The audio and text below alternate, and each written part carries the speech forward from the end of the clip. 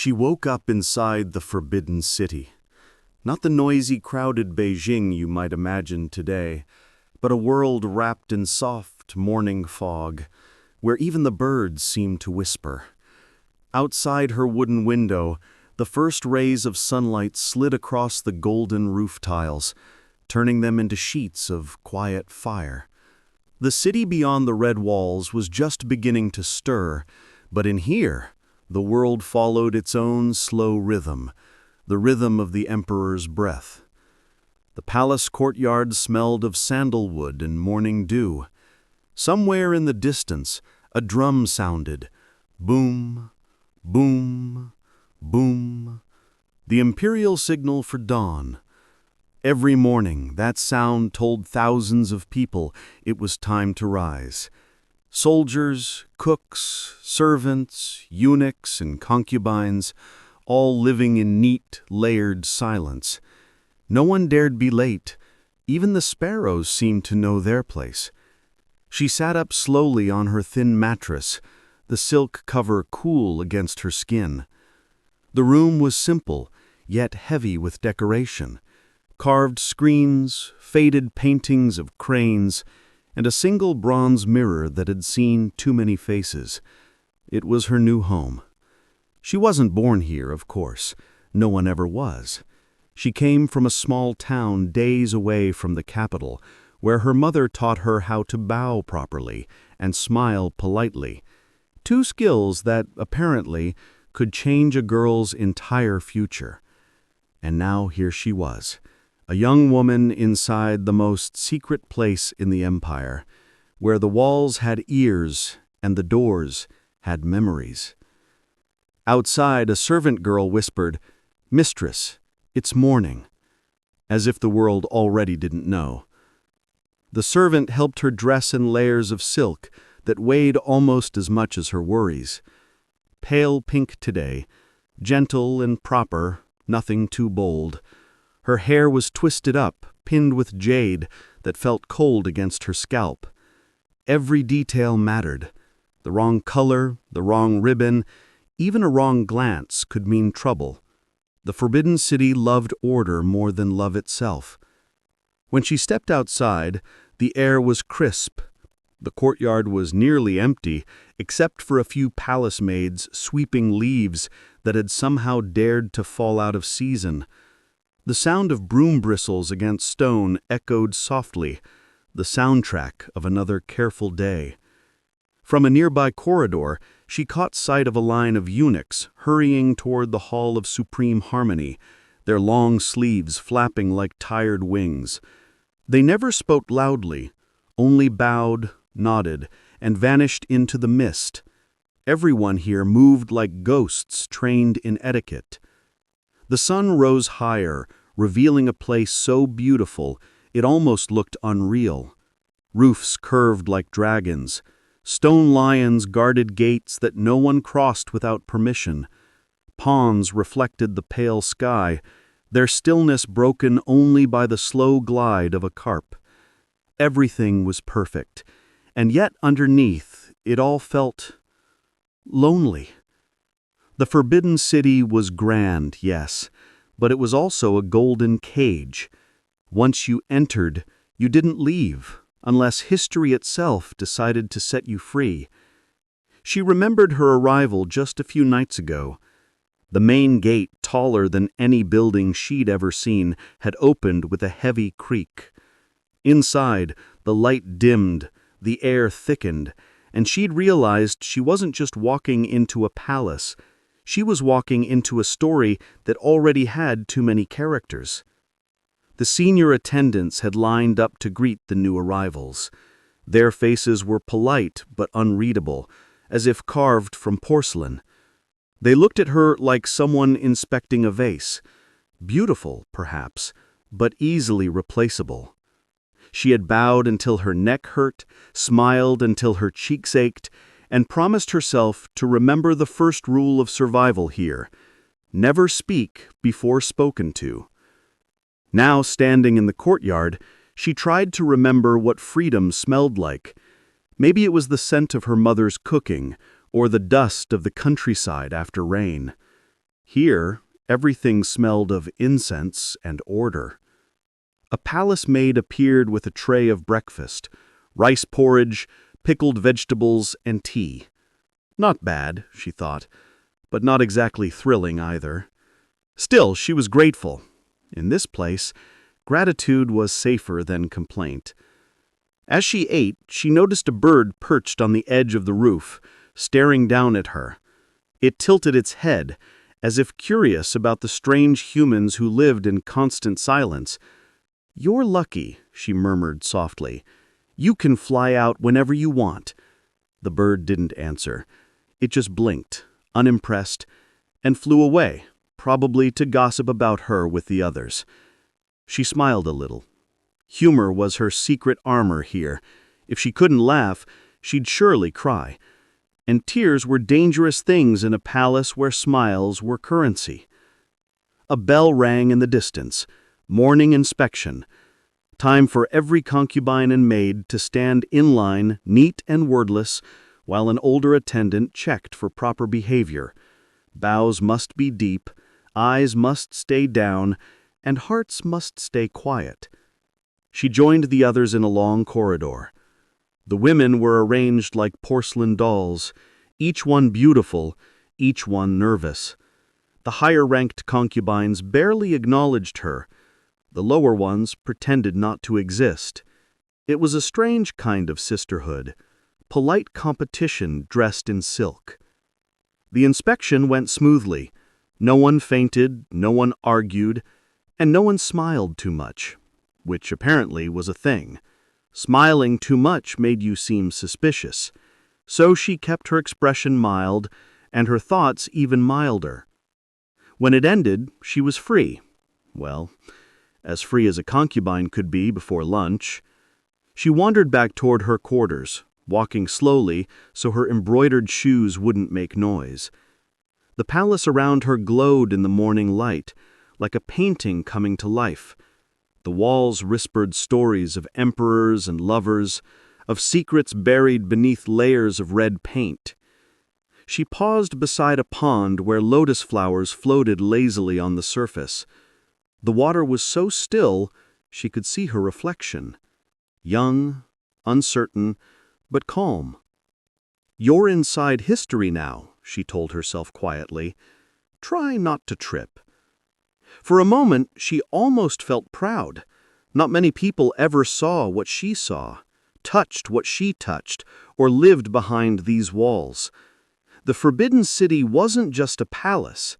It was the center of an empire, a world where beauty and fear held hands politely. The drum sounded again. 3 slow beats. Somewhere, the emperor was awake. She straightened her back automatically, though he was far away and had never heard her name. Still, everything here revolved around him, even the silence. As the sound faded, the palace returned to stillness. She stood there for a long time, breathing in the quiet, watching the sunlight dance on the golden tiles. Somewhere beyond the walls, the rest of China was alive and loud, but here, inside the Forbidden City, time moved like honey, slow, golden, and impossible to escape. She smiled faintly. "Welcome to your new life," she whispered. "Try not to get lost." And with that, she turned and disappeared into the soft echo of footsteps and silk, swallowed by the golden gates of silence. Before she ever saw the golden roofs of the Forbidden City, she was just another girl trying not to spill tea. Her name wasn't written in any history book. Most names like hers weren't. She grew up in a small town by a dusty river, where the most exciting event was market day and the occasional gossip about someone's runaway chicken. Her father was a minor official, polite, poor, and constantly worried about her posture. Her mother, on the other hand, was certain that their daughter's destiny would involve silk, not soil. So when the imperial notice came, the one summoning eligible young women to the capital for selection, her mother fainted, woke up, and fainted again for good measure. You see, every few years the emperor's court sent out officials across the empire to find new concubines. It wasn't as romantic as the storytellers made it sound. It was more like a talent search where the only talent required was being quiet and looking graceful while terrified. Girls between 13 and 18 were chosen from noble and official families, all brought to Beijing to be inspected. Not by the emperor first, of course, but by a chain of women and eunuchs who took their jobs far too seriously. She had never left her hometown before, and now she found herself packed into a carriage with 2 other girls traveling for days along bumpy roads. The air grew colder, the language around her changed, and the capital's walls grew taller and redder the closer they got. By the time they reached the outer gates of the Forbidden City, her back ached, her feet were swollen, and her dreams of becoming special were already looking suspiciously heavy. At the first checkpoint, guards bowed to the senior eunuch leading the selection. The girls were told to stand straight, look down, and not faint. Apparently fainting was a common hobby among first-timers. They were led through gates taller than houses, courtyards bigger than their entire villages, and hallways lined with carved dragons watching them pass. The palace was breathtaking, but also unnerving. It was so quiet that even the wind sounded polite. Then came the inspection. They were brought into a large hall filled with screens painted with cranes and clouds. A group of older palace women sat behind a long table, fans in hand, looking both elegant and slightly terrifying. Each girl was called forward to bow, smile, and answer simple questions. What is your name? Do you know how to write poems? Can you embroider a lotus without tangling the thread? Can you sit still for an hour without sighing? That last one she suspected was the hardest test. When her turn came, she tried to remember everything her mother told her. Bow slowly, smile gently, never stare. She did fine until one of the older women asked her to sing something. Panic struck. The only song she knew by heart was an old river tune the fishermen sang after too much wine. Not exactly palace material. But it was too late. She began softly, her voice trembling at first, then steadying as she went. The lyrics were simple, about the moon and the current and missing home. It wasn't impressive, but it was honest. When she finished, there was a small pause. Then one of the women smiled, just barely, but enough to make her knees stop shaking. After that, the process blurred. They were measured, their skin checked, their handwriting judged. Some girls were sent home the same day, escorted out quietly before sunset. Others stayed for the next round. She stayed. She didn't know if it was because of her voice, her smile, or sheer luck, but she stayed. That night, she shared a dormitory with 6 other girls. The beds were neat, the windows covered with paper screens, and the air smelled faintly of ink and nerves. No one spoke much. They all knew the same thing. A single wrong word could send them packing. In the following days, lessons began. Court etiquette, walking practice, sitting posture, tea serving, all the delicate arts of surviving in a place that valued appearances above all else. The instructor was a tall woman with a sharp bun and sharper eyes. She corrected mistakes with the precision of a sword. She'd say, "Step slower, smile smaller. You are not a village bride. You are a reflection of the emperor's peace." She tried. Really, she did. But one morning she tripped over the hem of her robe during bowing practice. The room gasped. For a terrifying second, she thought her palace dreams had ended right there on the floor. But the instructor only sighed and said, "At least she falls gracefully. Someone write that down." The days blurred into a rhythm of practice, meals, and silence. Sometimes the girls whispered at night, sharing rumors, how the emperor preferred jasmine perfume, how the empress dowager had a temper like thunder, how one concubine once sneezed during a ceremony and was never seen again. Probably an exaggeration. Probably. Finally, the last day came.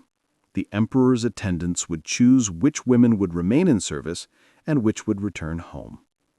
The air in the hall was thick with perfume and fear. She stood in line again, dressed in her best silk, heart pounding like the palace drum. Names were read aloud one by one. Each time a girl either stepped forward or lowered her head in quiet defeat.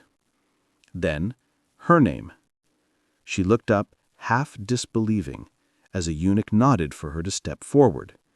A palace maid whispered, "Congratulations," in a voice so flat it sounded like part of a ritual. And just like that, her life changed. She had been selected not for marriage, not for freedom, but for a strange kind of half-life behind painted walls. She would serve the emperor, though she might never truly meet him. She would live in luxury, but walk on eggshells. She would sleep on silk sheets and dream of open fields. That night, she sat by the small window of her temporary quarters, looking at the faint glow of the city beyond the red walls. She wondered if her parents were proud or simply worried. Somewhere, far away, her mother was probably telling the neighbors, "My daughter is in the palace," conveniently leaving out the part where the palace might eat her alive. She smiled at the thought, then sighed. Tomorrow, she would enter the inner court, the world of concubines, eunuchs, and endless rules. Tomorrow, her real story would begin. The morning she entered the inner court, the sky looked the same, pale, quiet, pretending not to notice what was about to happen. But her life was about to shrink and expand at the same time. The Forbidden City had many gates, but this one felt different. Crossing it meant she was no longer just a visitor. She now belonged to the Emperor's world, whether she liked it or not. A line of carriages waited outside the courtyard. Each one was painted red with gold trim, carrying young women like her, fresh faces with a mix of fear and too much powder. The eunuchs guided them one by one, calling names in clipped, polite tones. Every sound echoed off the marble floor like a reminder, this place wasn't built for comfort, it was built for order. When it was her turn, she stepped into her carriage, clutching a small silk pouch her mother had slipped into her hand before she left home.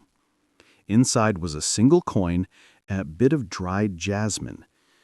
"For luck," her mother had said. It wasn't much, but here it felt like holding on to the last piece of the outside world. The ride wasn't long, but it felt endless. The wheels rolled slowly over stone pathways, passing through gate after gate. The sun caught the golden tiles overhead, and the roofs glittered like waves frozen in time. Guards stood at every corner, not moving an inch, their faces unreadable. Even the air felt respectful. When the carriage stopped, a palace maid opened the door and bowed. "Welcome to the inner court," she said softly, though her tone sounded more like good luck surviving. The inner court, home to the emperor's family, the empress, and all the concubines who filled the palace with quiet competition. It was a world ruled by smiles, whispers, and silk. As she stepped out, her sandals touched the polished stone, smooth as ice. The courtyard was smaller than the grand halls outside, but somehow more intimidating. It was too clean. The trees were perfectly trimmed, the air faintly perfumed with plum blossoms. Every pebble seemed to know where it belonged. A group of older attendants waited near a tall gate, their heads covered with dark veils to block the morning sun.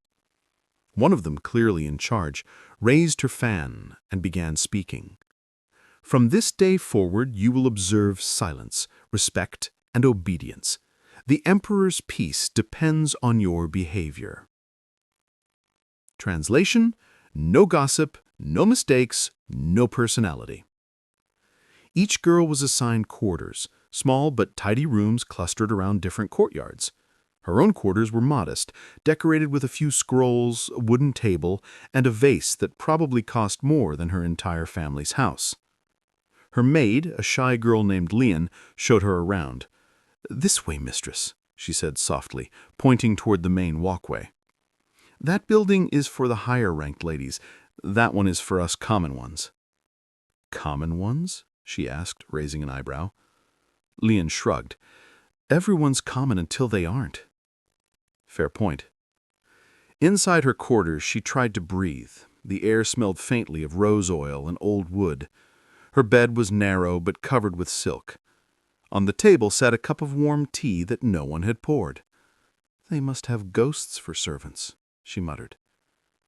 Lian smiled nervously, unsure if she was allowed to laugh. "Would you like to rest, mistress?" "No," she said. "I'd like to wake up and find out this was all a dream." The maid looked horrified, so she quickly added, "I'm joking, probably." There wasn't much time for resting anyway. The palace schedule was as strict as the emperor's portrait, unchanged and slightly intimidating. Bells rang to signal meals, prayers, lessons, and even naps. You didn't need a clock here. The sound of ritual was your timekeeper. By midday, the new concubines were gathered in a long hall where they would meet the chief eunuch of the inner court, the man who technically ran everything, even if he bowed to everyone else. He was tall, thin, and moved like someone who knew every secret behind every door. His voice was calm, but sharp enough to cut through the silence. "You are flowers in the emperor's garden," he said. "Bloom quietly or be plucked quietly." No one dared to laugh, though a few looked like they wanted to faint. She just nodded politely and made a mental note never to attract this man's attention. He seemed like the type who could smile while delivering bad news. After the orientation, the concubines were taken to the Hall of Serenity, a kind name for what was basically a dormitory for the newly appointed. There they learned the palace's unspoken rules. Rule 1, never turn your back to the empress. Rule 2, never speak the emperor's name aloud. Rule 3, never trust anyone who smiles too much. Rule 4, she added silently, try not to lose your mind. That evening she explored her new surroundings. The inner court was quiet, but not empty. Eunuchs walked by with trays of tea, their steps perfectly measured. Maids swept the paths, even when there was nothing to sweep. Somewhere far away she heard music, soft notes from a guqin, floating like mist through the air. She found herself beside a small pond where koi fish swam lazily in circles. "At least someone here looks relaxed," she murmured. One of the fish looked up at her, as if unimpressed.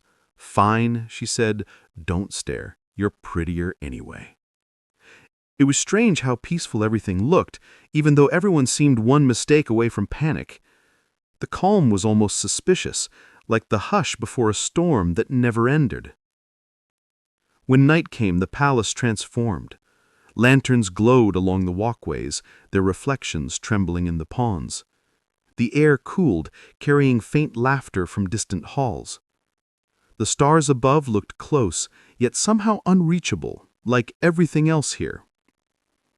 She sat by her window again, sipping tea, her thoughts drifting.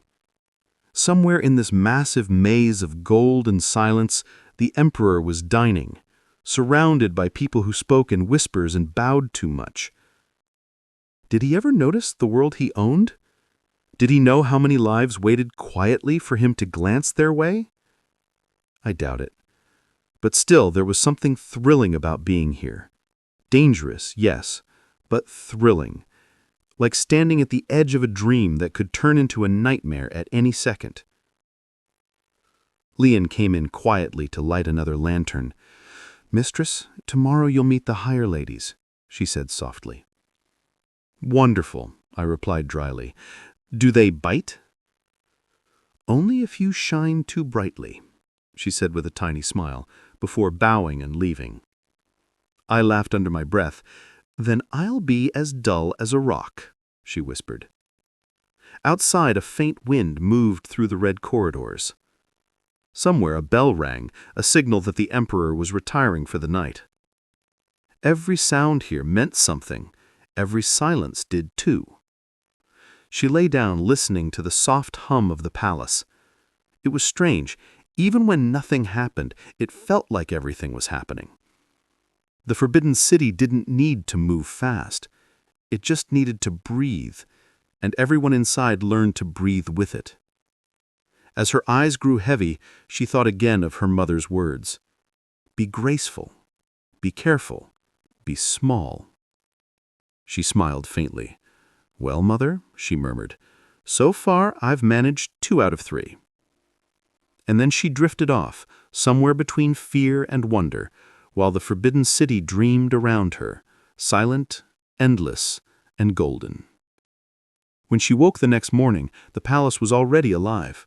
Quietly, of course, because even chaos in the Forbidden City had manners. Bells chimed somewhere far away, and the faint hum of footsteps echoed through the corridors like a polite reminder that sleep was over. Her maid, Leon, was already kneeling beside the bed, preparing her morning tea. It's jasmine today, for calmness. Good, I muttered. I'll need it. Because today she was meeting them, the higher concubines. The ones who ruled the inner court with their silken sleeves and sharper smiles. Leon helped her dress in a light pink robe, elegant but modest. You mustn't look too proud, the maid warned, but also not too plain. Too plain looks like you've given up. Too proud looks like you're asking for trouble. So, somewhere between invisible and suspicious? She said dryly. Exactly, mistress. When they stepped out, the air smelled of morning incense and old wood. Eunuchs swept the paths, even though there was not a single leaf out of place. The sky above was pale blue, and the golden rooftops shimmered faintly in the sun. Her heart thumped softly beneath her robe. Today wasn't just another day. It was her quiet introduction into the palace food chain, also known as the hierarchy of silk. The meeting was held in the Hall of Harmony, a name that sounded peaceful enough, until she saw the women inside. Harmony, perhaps, in the same way tigers coexist, as long as everyone pretends not to be hungry. The higher concubines sat in graceful rows, each one more polished than the last. Their robes flowed like rivers of silk, every color carefully chosen to reflect their rank. At the top of the room sat Lady May, the emperor's favored consort, elegant, calm, and terrifying in the way still water hides depth. She didn't look up as the new girls entered, but somehow her presence filled the entire hall. Beside her sat Lady Xin, younger, but with the confident air of someone who had learned how to smile without showing teeth. Around them were several others, each representing a step in the invisible ladder that decided who mattered and who didn't. The new concubines, including her, stood in a line at the entrance, waiting for acknowledgement. The chief eunuch announced each name in a clear, careful voice. When he called hers, Lady May finally looked up. For a heartbeat, their eyes met. Lady May's gaze was unreadable, not unkind, but distant, as if she were deciding whether this new girl was a flower or a weed. Then she nodded once. Permission to exist. Welcome to the inner court, Lady May said softly. You will find that everything here has a place. Learn yours quickly, and you will live comfortably. Translation, don't make mistakes. After the introductions, the senior ladies began to offer advice, the kind that sounded sweet but came with barbs underneath. You must always bow before Lady May enters, one said. Never use the same perfume as Lady Xing, another whispered.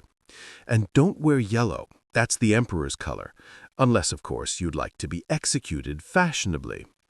She nodded politely, pretending to absorb every word, while mentally noting that survival here seemed to depend less on charm and more on avoiding accidents, social, emotional, or fatal. When the meeting ended, the air was thick with perfume and tension, and she had a deep breath. "Well," she said, "I survived the lion's den. Barely."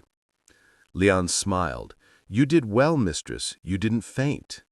"High standards here, I see," she replied.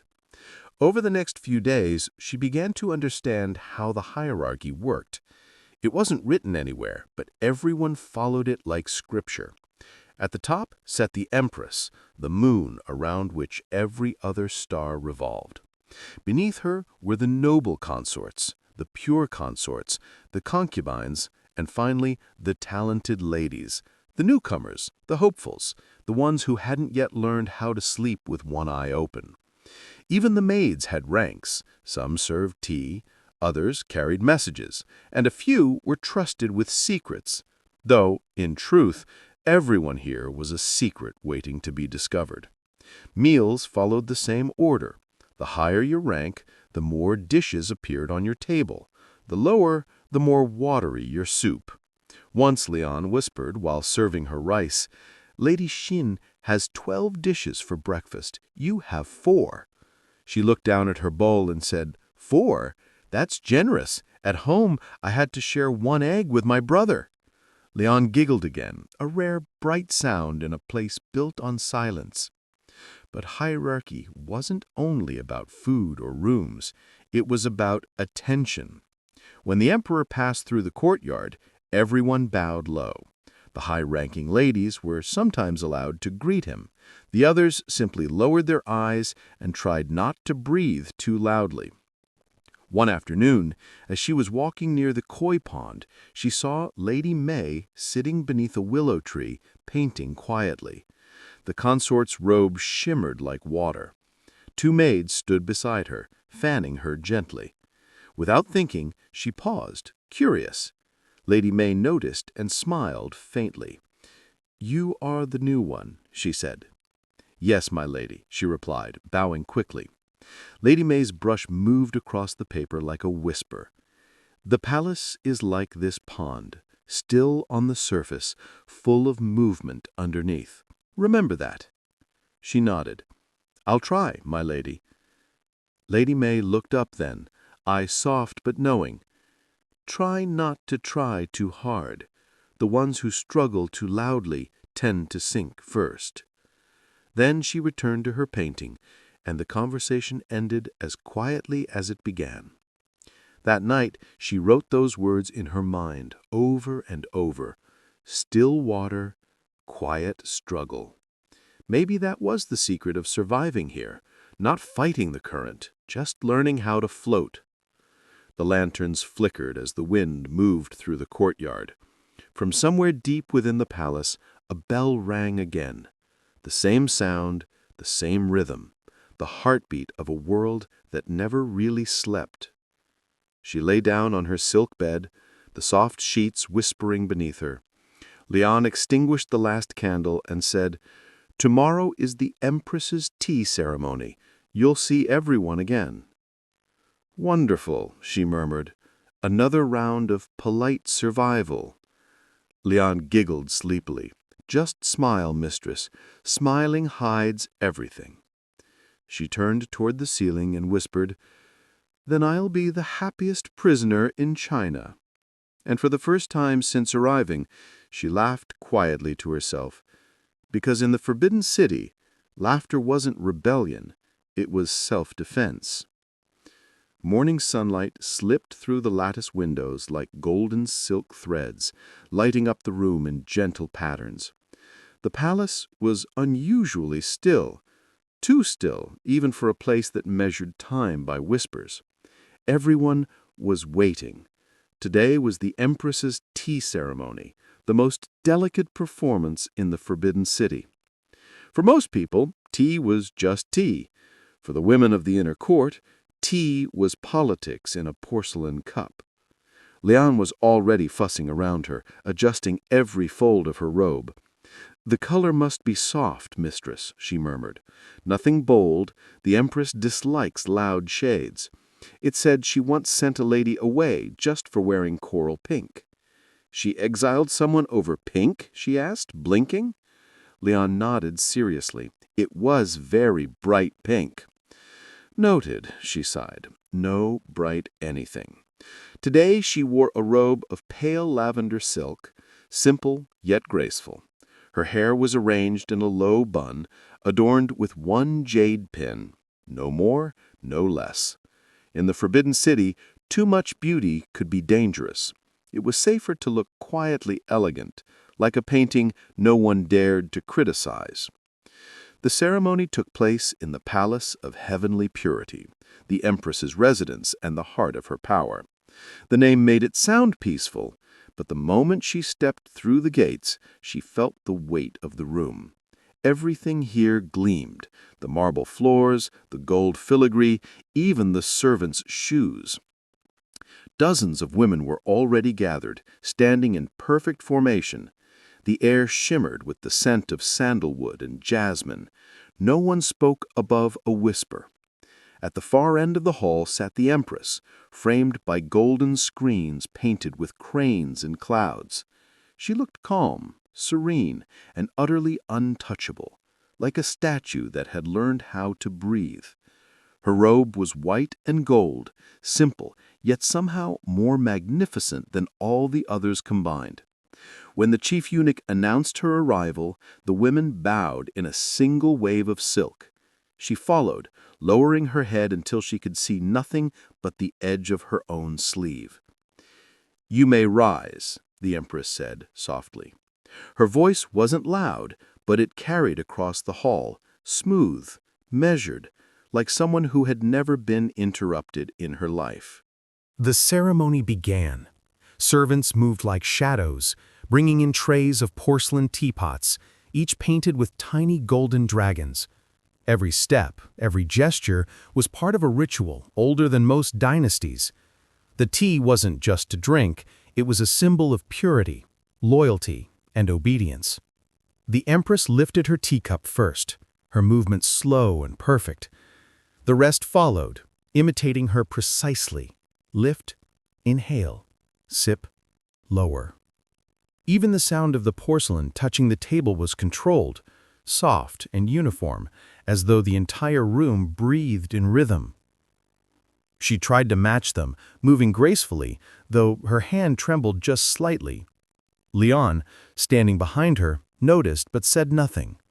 Maids were trained to ignore nerves, unless, of course, those nerves caused disaster. As she took her first sip, the tea's fragrance drifted up, delicate, floral, slightly bitter. It was beautiful, but it made her throat tighten. Maybe it was the tea, maybe it was the pressure. "Lovely flavor," murmured one of the higher concubines beside her. "Yes," she replied quietly. "It tastes like fear and obedience." The other woman blinked, unsure whether to laugh or report her. After the first round of tea, the Empress began to speak, not to anyone in particular, but to everyone. Her words flowed like calm water. "The palace," she said, "is like a garden. Each of you is a flower that must grow in harmony. Some will bloom early, others later, but all must remember their roots, and the gardener who tends them." A few concubines smiled politely, clearly moved by her metaphor. She, however, thought privately, "I hope she doesn't mean the gardener carries scissors." Still, she bowed her head with the rest, murmuring agreement. Then came the subtle part of the ceremony, the presentation of tributes. Each concubine offered a small token to the Empress, embroidered handkerchiefs, carved jade ornaments, or rare teas. The gifts weren't about generosity, they were about loyalty and strategy. When her turn came, her hands trembled just a bit as she knelt and presented her offering, a small sachet of dried jasmine flowers. "A humble gift, Your Majesty," she said softly, "from my family's garden, for peace and restful nights." The Empress regarded her for a long moment, her expression unreadable. Then she smiled, faintly, but real. "Restful nights," she repeated. "A gift worth more than gold." The attendants nodded approvingly. She exhaled silently in relief. Surviving your first audience with the Empress, that was no small thing. When the ceremony ended, the concubine slowly drifted out into the garden courtyard. The tension loosened just a little. The Empress remained behind, surrounded by her attendants like the center of a very polite storm. In the courtyard, conversation bloomed again, quietly, cautiously.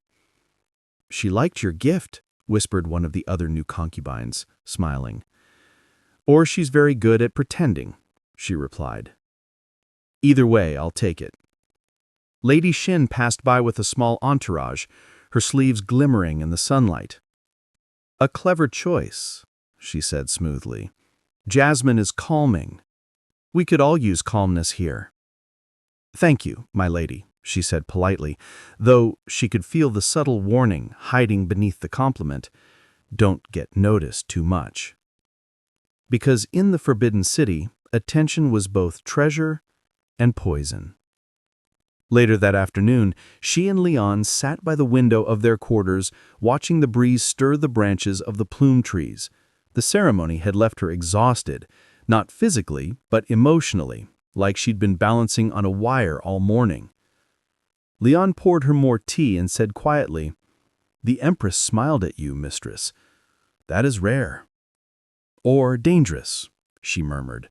"I haven't decided yet." "She said to be kind," Leon offered. "Yes, but kindness here feels like winter sunlight. Beautiful, but it won't keep you warm."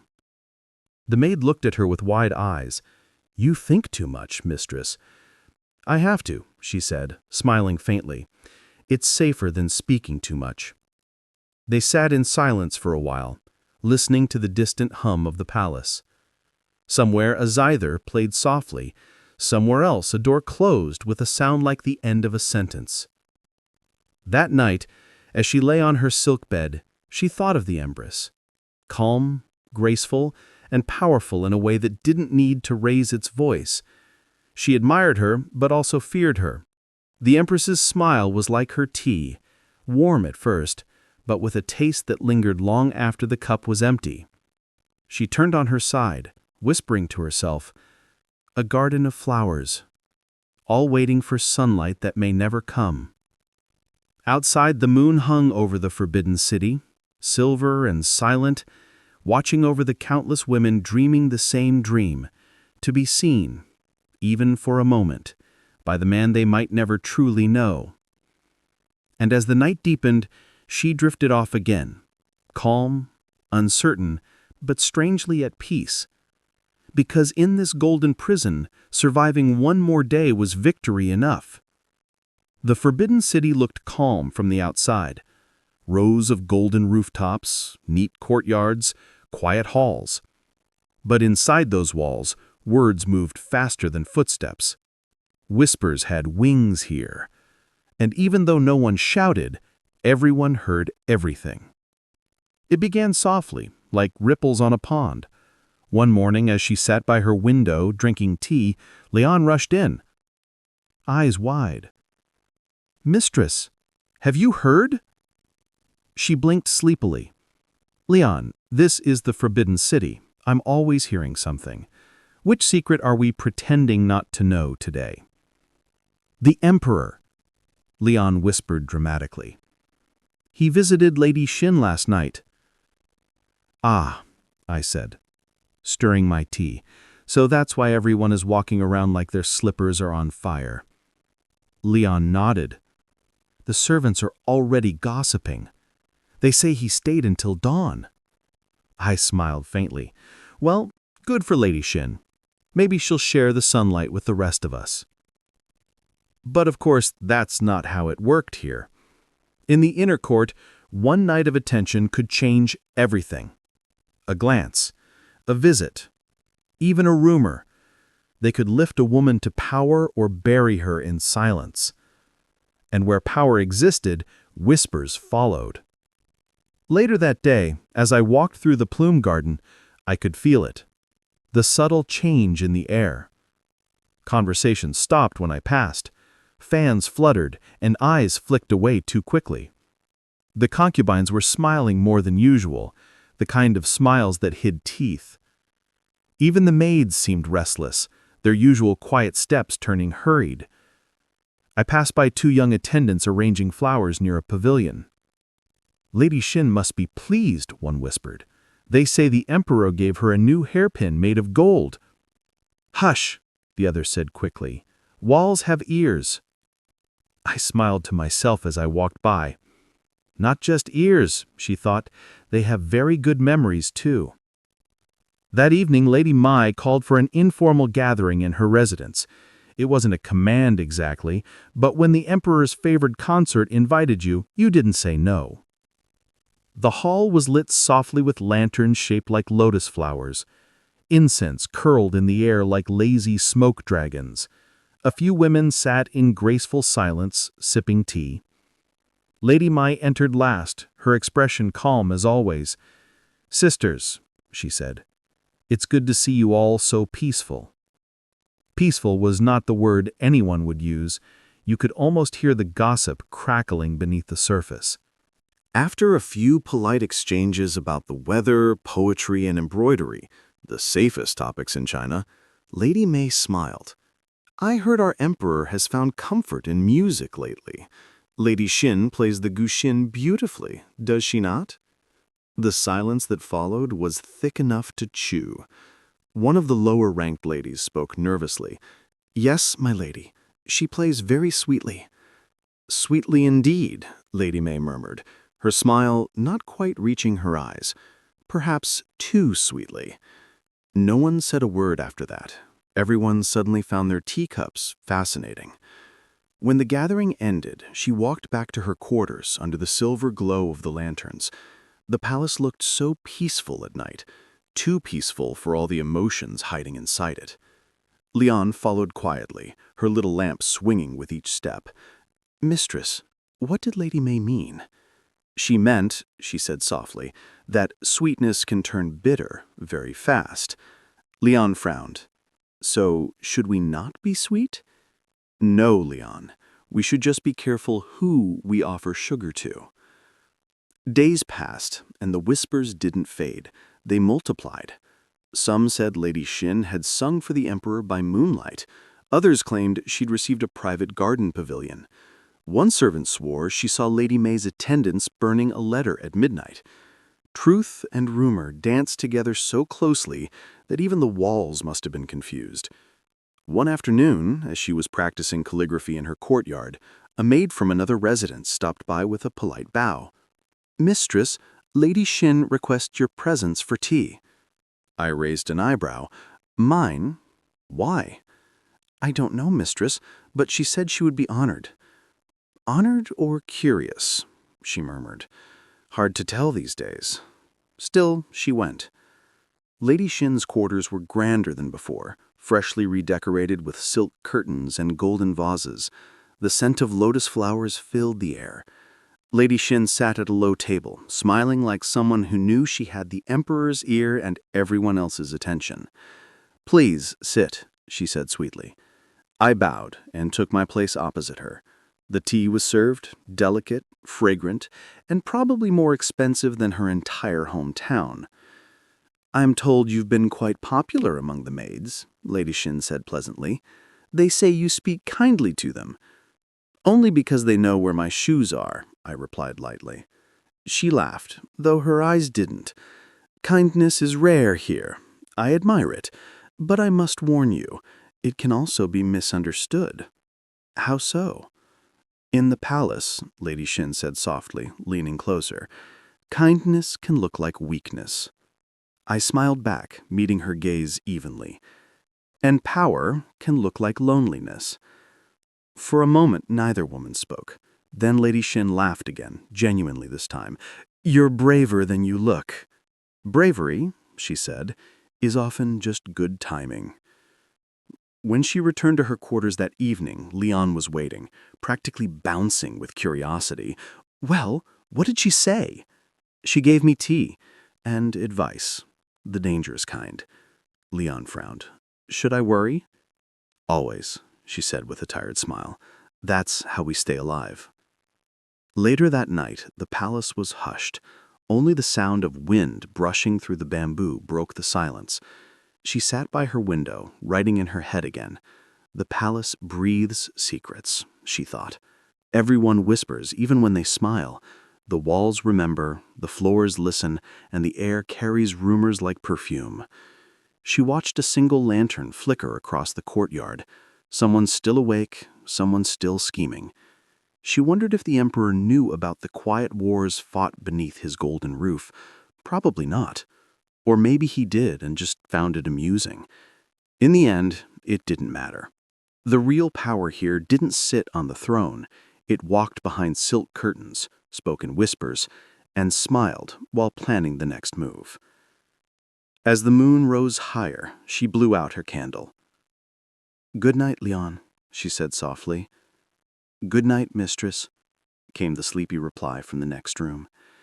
She lay back, eyes half closed, listening to the distant sound of rustling fabric and faint laughter. Somewhere, someone was winning. Somewhere else, someone was losing. Here, silence was never really silent. It was just another kind of voice. And as she drifted off, she smiled faintly to herself. "Let them whisper," she murmured. "I'll be listening."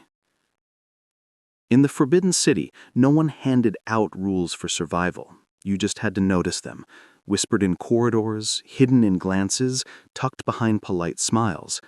By now she'd learned that the palace didn't run on time or reason. It ran on moods. The emperors, the empresses, the consorts. Everyone's emotions mattered, except your own. Each day had its rhythm, soft but demanding. Mornings began with the sound of bells echoing over the rooftops, summoning servants, signaling breakfast, and reminding everyone that peace in the palace was just another performance. Leon entered as usual, carrying a small tray. "Lotus porridge today, mistress," she said softly. "And almond milk." I blinked sleepily. "Do I look like someone who eats almonds before sunrise?" She giggled behind her sleeve. "Mistress, don't say that. The walls might hear you." "Oh, they already know I'm joking. Mostly." After breakfast, I walked through the garden courtyard. The air was crisp, the pond reflecting the golden tiles above. Eunuchs swept invisible dust from the stones, their faces as blank as the porcelain cups they carried. It was easy to mistake calm for safety here, but every quiet step hid calculations. I had begun to notice patterns. Who bowed lower? Who walked faster when a certain lady appeared? Who spoke first? And who never spoke at all? The Forbidden City was a chessboard made of silk, and everyone was a piece that could smile. One afternoon, Lady May summoned me again. Not for punishment, not for gossip, for instruction. "You're settling in well," Lady May said, pouring tea into delicate cups painted with cranes. "But I worry you mistake quiet for safety." I bowed slightly. "I'd try not to make mistakes, my lady." "Everyone here makes them," Lady May said calmly. "Only some survive them." I wasn't sure whether to laugh or panic. Lady May gestured toward the window. "Tell me what you see." Outside, two maids were sweeping the courtyard, moving in slow, perfect rhythm. "Two hard-working servants," I said. Lady May smiled faintly. "Wrong. One is loyal to the Empress, the other is loyal to me, but both smile the same way. Learn to see beyond gestures. In the palace, loyalty wears many faces." I nodded, trying to look wise while mentally noting, never assume anything with a broom is harmless. My next lesson came not from a noble lady, but from the kitchen.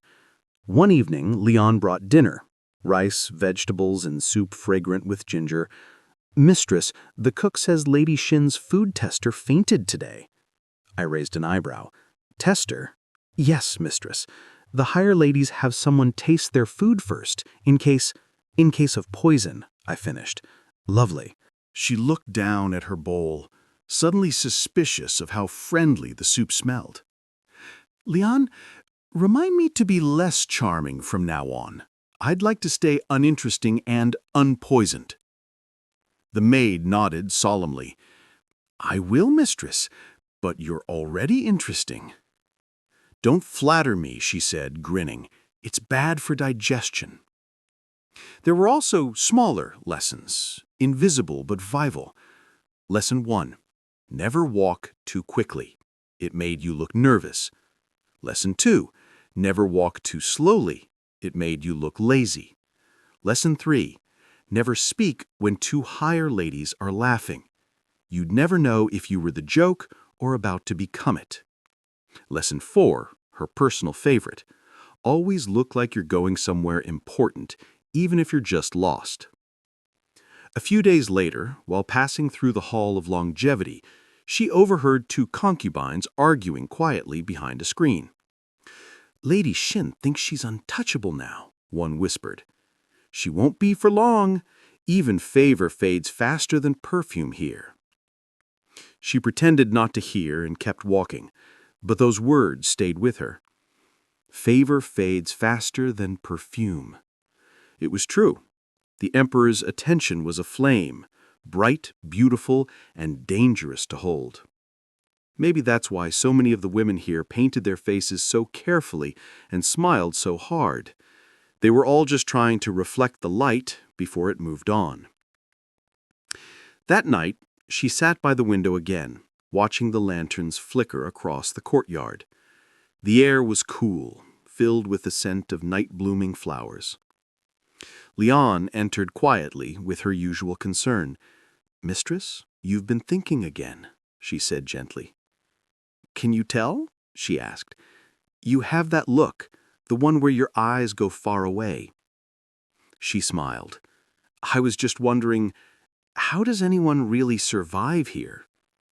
Leon tilted her head. "By being useful or invisible?" She laughed softly. "I'm not sure which one's harder." But even as the days passed, she realized survival wasn't just about avoiding danger. It was about small acts of wisdom, kindness offered carefully, silence held at the right time, laughter shared only when safe. She began to speak kindly to the maids, but not too often. She listened more than she talked. She learned how to bow just enough to look respectful, but never desperate. She even started practicing calligraphy at night, tracing calm lines on paper while Leon dozed nearby. "Maybe if my writing looks disciplined," she said, "people will think I am too." Leon murmured sleepily, "You already are, mistress." "Only because I don't have a choice," she whispered back. One evening, as dusk settled over the palace, she found herself alone in the garden again. The pond reflected the crimson sky, the koi swimming lazily beneath the surface. For once, there were no whispers, just the sound of wind brushing through the bamboo and the faint call of a distant bell. She watched the reflection of her face ripple in the water. Still here, still floating. And that, she realized, was survival too. Not winning, not losing, just continuing, quietly. Back in her quarters, Leon prepared her bedding and blew out the lanterns one by one. The room dimmed to a soft amber glow. "Do you think the Emperor remembers all their names?" Leon asked suddenly. I smiled faintly. "Probably not, but maybe that's a blessing. If he doesn't remember you, he can't destroy you either." "That sounds sad." "It's peaceful," she corrected gently. "There's a difference." The maid nodded, curling up in her little corner. "Then I hope you stay peaceful, mistress." "So do I," she whispered. As the night deepened, she listened to the quiet heartbeat of the palace, the soft rustle of silk, the faraway hum of a song, the echo of footsteps that never really ended. In this world of gold and silence, survival wasn't a triumph, it was an art form. And every day she was learning to master it, one calm breath, one quiet smile at a time. There are moments in the Forbidden City when time seems to hold its breath, like even the wind doesn't dare move without permission.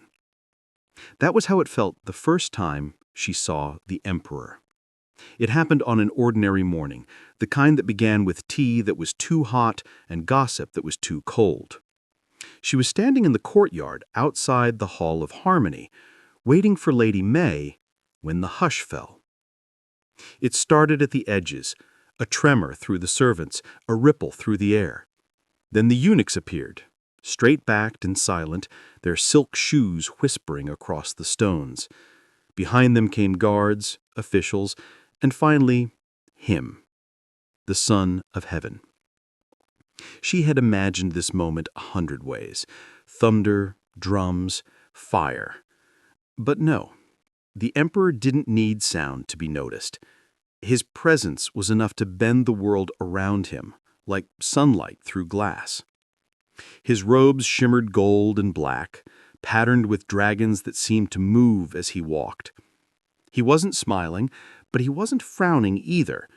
His face was carved in calm, the kind of calm that could decide wars or fates with the same breath.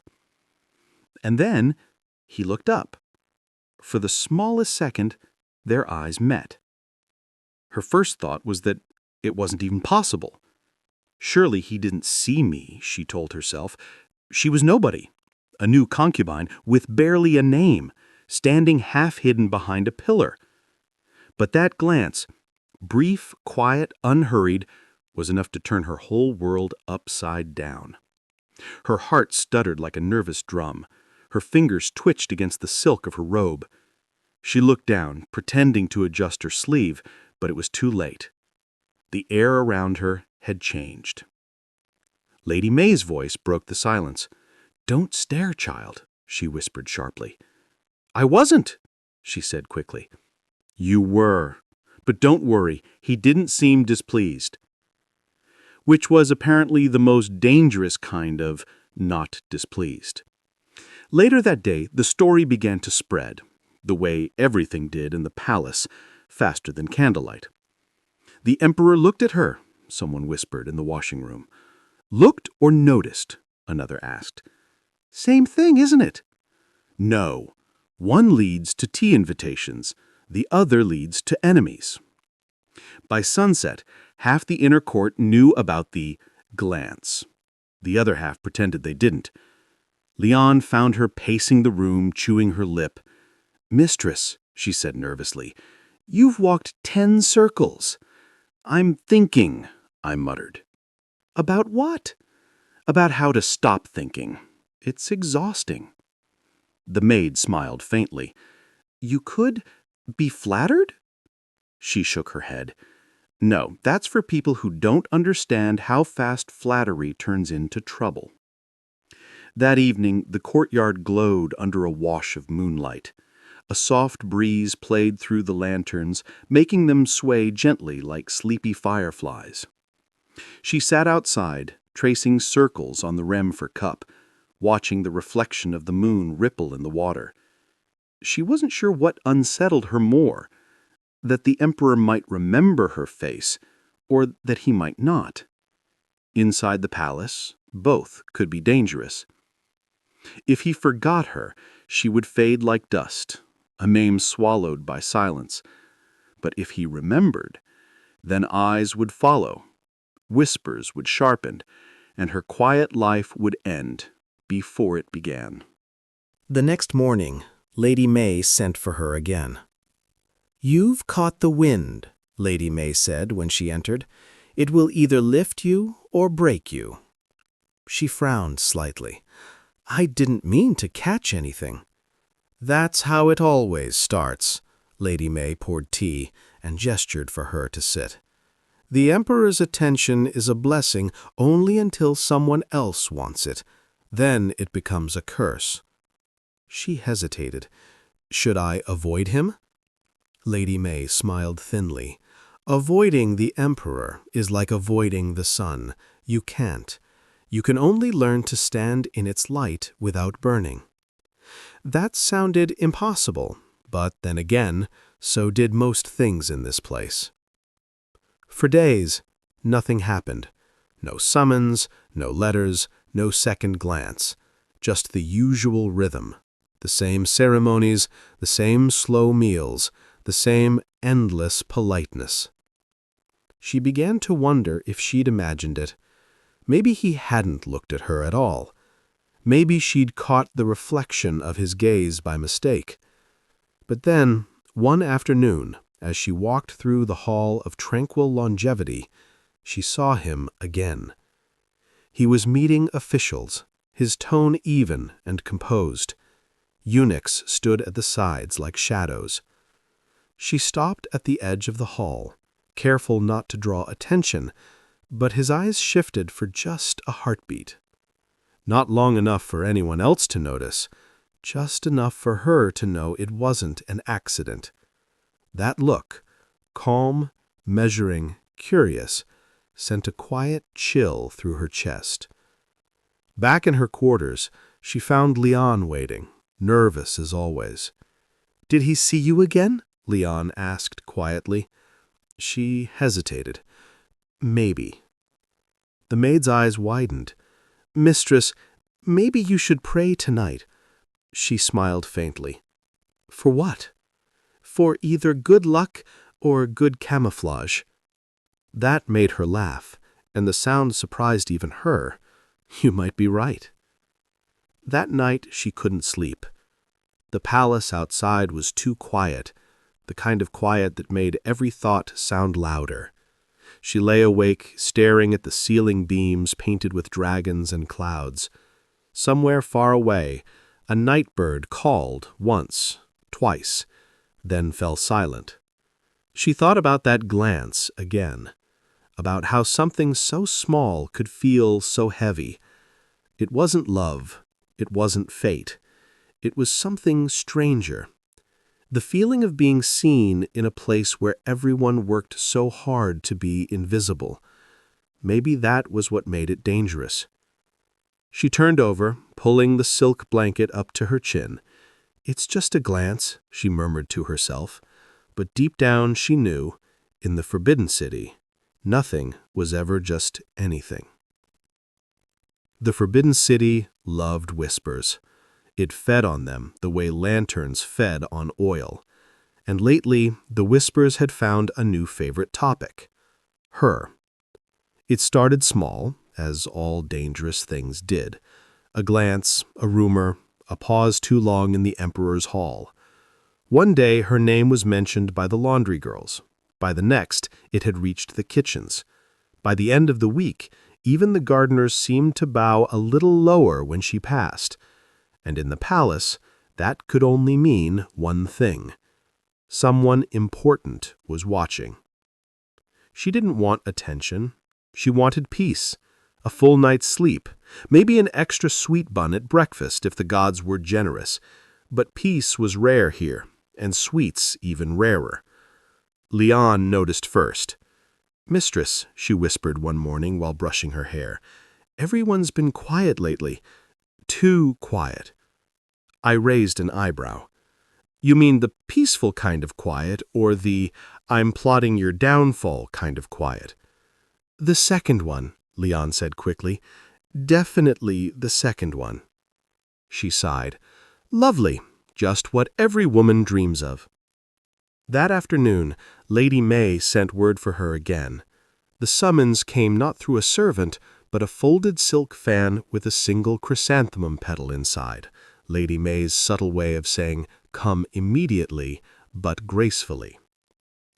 When she arrived, Lady May was seated behind a painted screen, her voice calm and deliberate.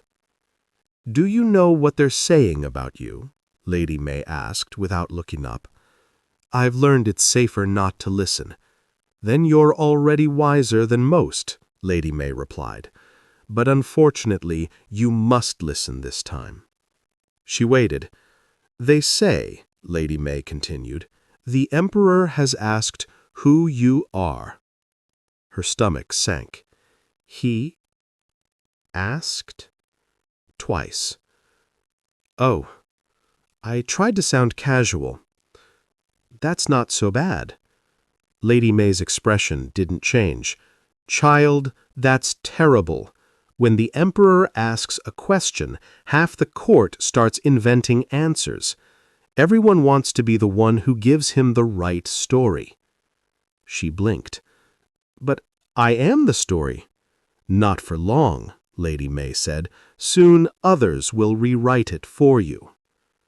By the next day, the rewriting had begun. She's a poet's daughter, one concubine whispered. No, she's from a noble family fallen on hard times, said another. I heard she's the cousin of a general's niece. Someone even claimed she was half foreign, born near the western frontier, which was apparently scandalous enough to be fascinating. She didn't correct any of them. Correcting rumors only made them hungrier. Instead, she smiled politely, bowed at the right times, and tried to look like a woman who had no secrets worth discovering. But silence didn't always protect her. A few days later, she was invited to afternoon tea with Lady Sin, one of the higher-ranking concubines, known for her beauty, charm, and terrifyingly precise compliments. The room smelled of jasmine and danger. Lady Sin's smile was sugar and knives. I've heard so much about you, the Emperor's latest curiosity, she said sweetly. I'm afraid rumors travel faster than reality, she replied with a soft laugh. Oh, but that's what makes them fun, isn't it? Reality is such a dull thing. She smiled. I wouldn't know. My life's been very quiet. Quiet things, Lady Sin said, stirring her cup slowly, are often the ones people should fear. It wasn't a threat, exactly, just a warning wrapped in silk. When she left, Leon whispered anxiously, Mistress, that woman's smile could slice glass. She nodded, yes, and I think she's just testing the sharpness. That night, the whispers grew louder. From behind the silk screens, voices floated through the corridors, half-truths, gossip, and laughter that didn't sound friendly. She was seen again near the Hall of Tranquil Longevity. Perhaps she seeks the Emperor's attention. Or perhaps she's already had it. She rolled onto her back and stared at the ceiling beams. You know what's worse than lies? She murmured to herself. How creative people get when they tell them. Leon yawned from her corner. Mistress, maybe if you stay quiet long enough, they'll forget. They never forget, she said softly. They just wait for something new to whisper about. Days passed like pages turned carefully, each one the same, yet somehow heavier than the last. At meals, she noticed more glances, more smiles that didn't reach the eyes. Servants bowed deeper, and other concubines began including her in polite conversations that didn't mean anything. In the Forbidden City, politeness was the most elegant form of battle. She began to understand what Lady May meant by learning to stand in the sun without burning. Then, one evening, while walking back from the garden, she overheard two older concubines whispering behind a silk screen near the lantern hall. She doesn't look special, one said. Why would His Majesty notice her? That's exactly why, the other replied. Men like him grow tired of jewels. Sometimes they crave something simple. She stopped mid-step, heart pounding quietly. For a strange moment, she wanted to laugh, not from joy but disbelief. How easily people built castles out of glances. How quickly they turned curiosity into conspiracy. She moved on silently, her steps soft as dust. That night, she found herself in the courtyard again, watching the moonlight shimmer over the pond. The water was still, except for the faint ripples made by koi moving lazily beneath the surface. She thought of the whispers, the glances, the games played behind painted screens. None of it felt real, and yet it was everything. The palace was a place where reality didn't matter, only perception. You could be loved, envied, or destroyed, not for who you were, but for who people decided you must be. She closed her eyes and breathed slowly.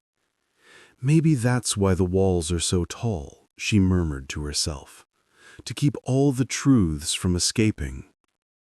Leon, half asleep beside her, mumbled, "Mistress, you always say strange things before bed." She smiled faintly. "That's because strange things are safer than honest ones here." The night deepened. A distant bell chimed somewhere beyond the courtyard. The air smelled faintly of lotus and rain. She looked up at the stars, small and far beyond the palace roof. Let them whisper, she thought. Let them invent. She would stay still, quiet as the moon's reflection, untouchable for now. Because in the Forbidden City, silence wasn't just survival, sometimes it was power. Every year, when the last traces of winter faded, the palace prepared for the Lantern Festival. For one night, the Forbidden City came alive, brighter, softer, almost human. Silk lanterns of every shape and color hung from archways and rooftops. The air smelled of sweet rice cakes and powdered incense. Musicians tuned their instruments, laughter drifted faintly through the courtyards. Even the guards looked less like statues and more like people. For the concubines, it was the one evening when rules loosened just a little. They were allowed to walk in the outer gardens, admire the lights, and, if fortune smiled, be seen by the emperor himself. And that, of course, was the real attraction. In her quarters, Leon fussed nervously with her robe. "Mistress, hold still. You can't appear in public looking like you've wrestled a curtain." "I probably did," she said, glancing at the fabric. "Are there really this many layers necessary?" "Yes," Leon said firmly, tugging at a sleeve. "You want to look elegant, not easy to untangle." She smiled faintly. "I'm not sure anyone's trying to untangle me." Leon giggled. "Not yet." The robe was pale gold, embroidered with tiny cranes that shimmered when she moved. Leon had braided her hair with silver thread and tucked a single white flower behind her ear. It was simple but graceful, the kind of beauty that whispered instead of shouted. When she looked in the mirror, she barely recognized herself. Not a frightened newcomer, not a rumor, just a quiet woman wrapped in moonlight. The courtyard was already glowing when they arrived. Lanterns swayed gently above the pathways like floating stars. Every corner of the palace seemed touched by light, red, orange, gold, and soft blue. The other ladies were already gathered in small groups, their laughter carefully practiced, their eyes scanning for opportunity. Music floated in the air, flutes, soft drums, the low hum of a zither. Somewhere, a poet was reading verses about eternal love, though everyone knew eternal things were rare here. She breathed in slowly. "It's beautiful," she murmured. "Yes," Leon said beside her, clutching her sleeves nervously. "Beautiful and dangerous, like sugar on a blade." The emperor appeared later, surrounded by attendants and high officials. The crowd parted like petals opening toward the sun. He wore deep red, the color of power and celebration. His expression was unreadable, but his presence changed the air, made it sharper, brighter, thinner. Every woman bowed low, a wave of silk sweeping across the courtyard.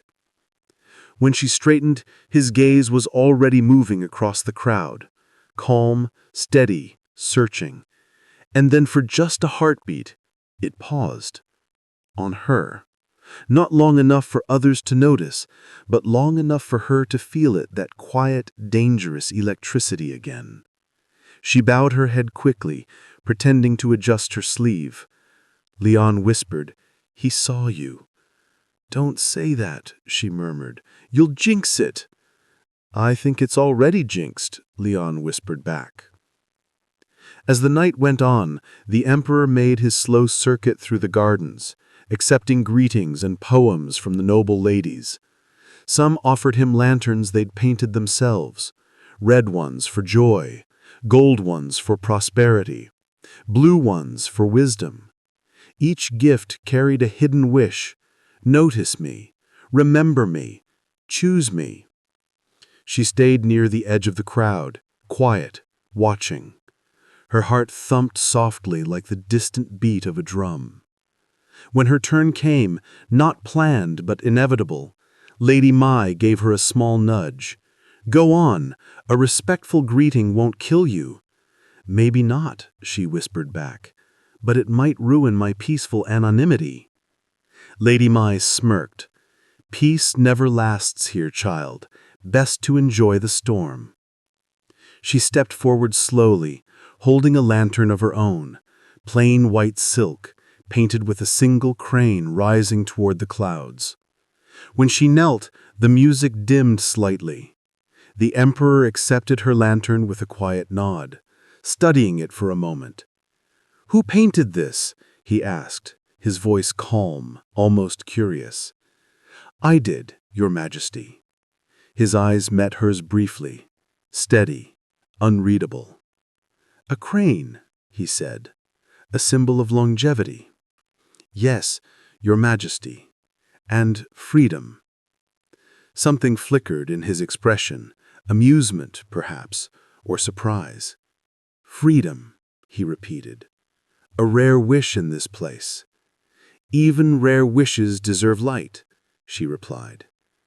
There was a pause, a heartbeat suspended between them. Then, with the faintest hint of a smile, he said, "Indeed." And just like that, the emperor moved on.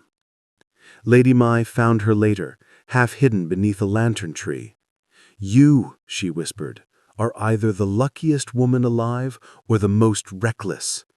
"I bet they're jealous right now," she said, smiling faintly. Lady Mai gave her a look somewhere between exasperation and admiration.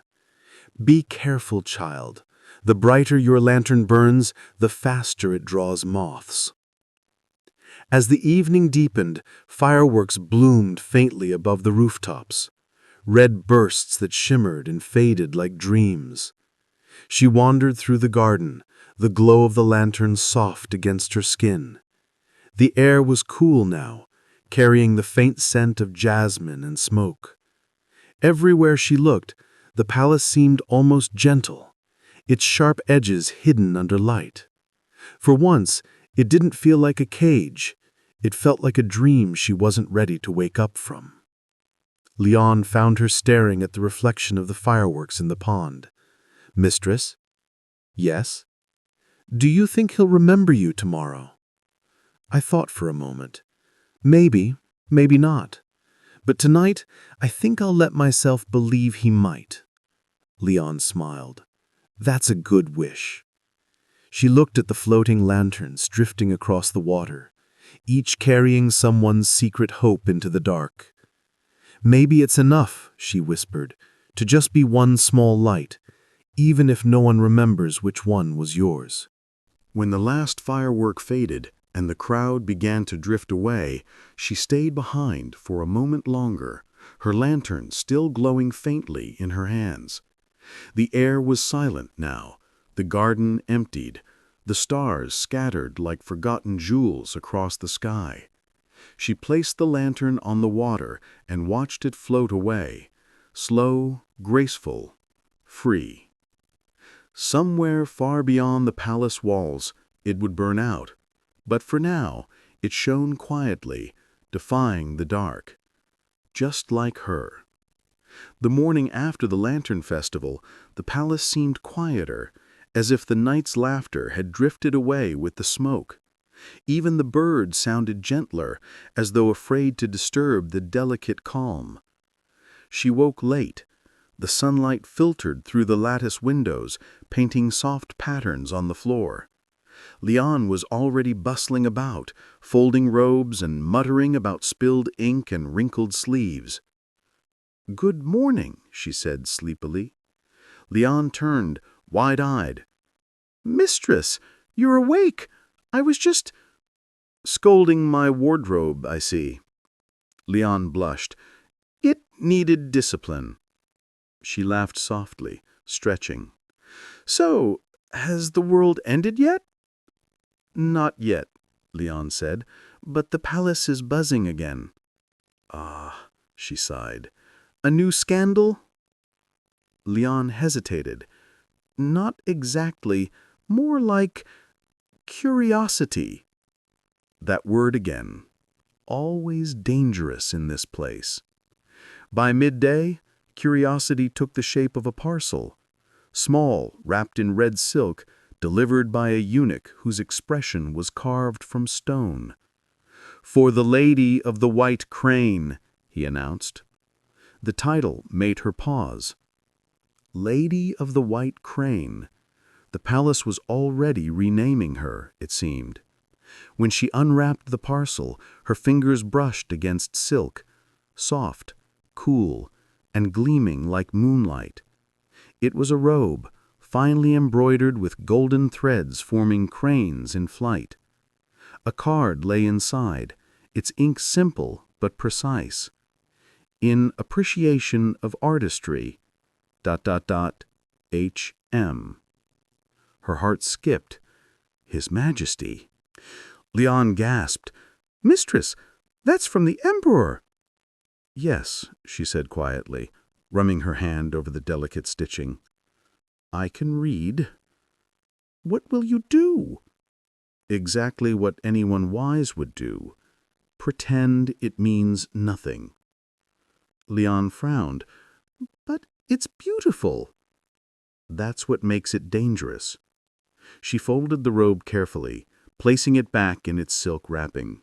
But no amount of folding could hide the glow in her chest, that strange mix of fear, pride, and disbelief. Had he remembered his words about freedom, or was it simply a polite gesture, one gift among many? It didn't matter. In the palace, meaning didn't live in the act itself, but in how others saw it. And others were already seeing it. Lady May visited that afternoon, her usual calm hiding a flicker of concern.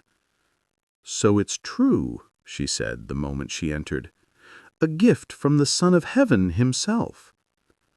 "I didn't ask for it," she sighed. "No one ever does. That's not how favors work." She poured tea for both of them. "It's just a robe." Lady May smiled faintly. "And a robe can start a war if the wrong eyes see it." "That seems excessive." "Everything here is excessive, including consequences." She studied her mentor's expression. "So, what should I do?" Lady May took a slow sip of tea. "Wear it once, gracefully, then lock it away.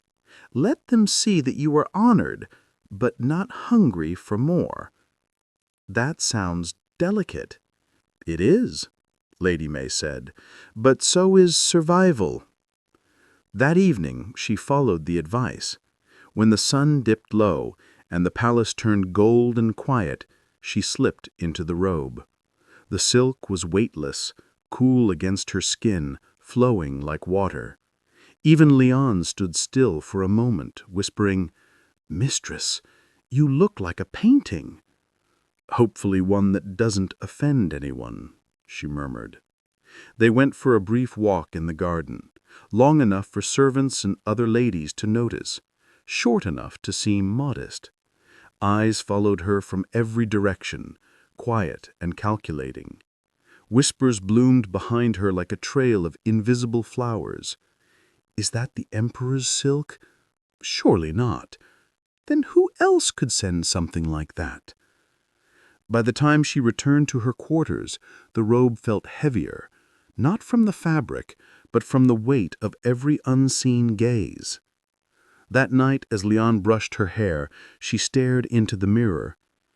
"Do you think it means anything?" she asked softly. Lian paused. "The gift?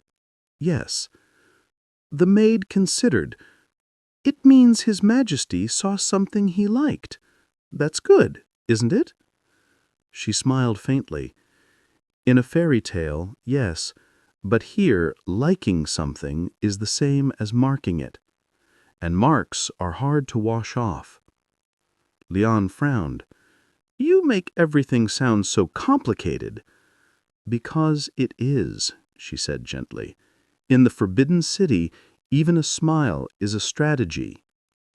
Days passed, and the whispers continued. Some said the emperor had sent her the silk himself. Others claimed a high-ranking eunuch had chosen it on his behalf. A few insisted the gift meant nothing, but they were the ones watching her most closely. The robe stayed folded on her table, glowing faintly in the lamplight, like a secret too pretty to hide and too dangerous to display. Sometimes at night she caught herself touching the fabric absent-mindedly, tracing the crane's wings with her fingertips.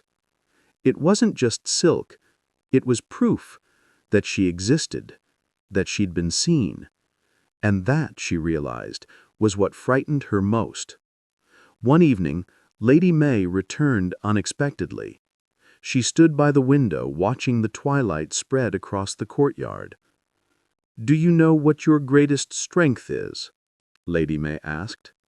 She shook her head. "Stillness," Lady May said softly. "You don't chase, you don't beg. You let the world come to you.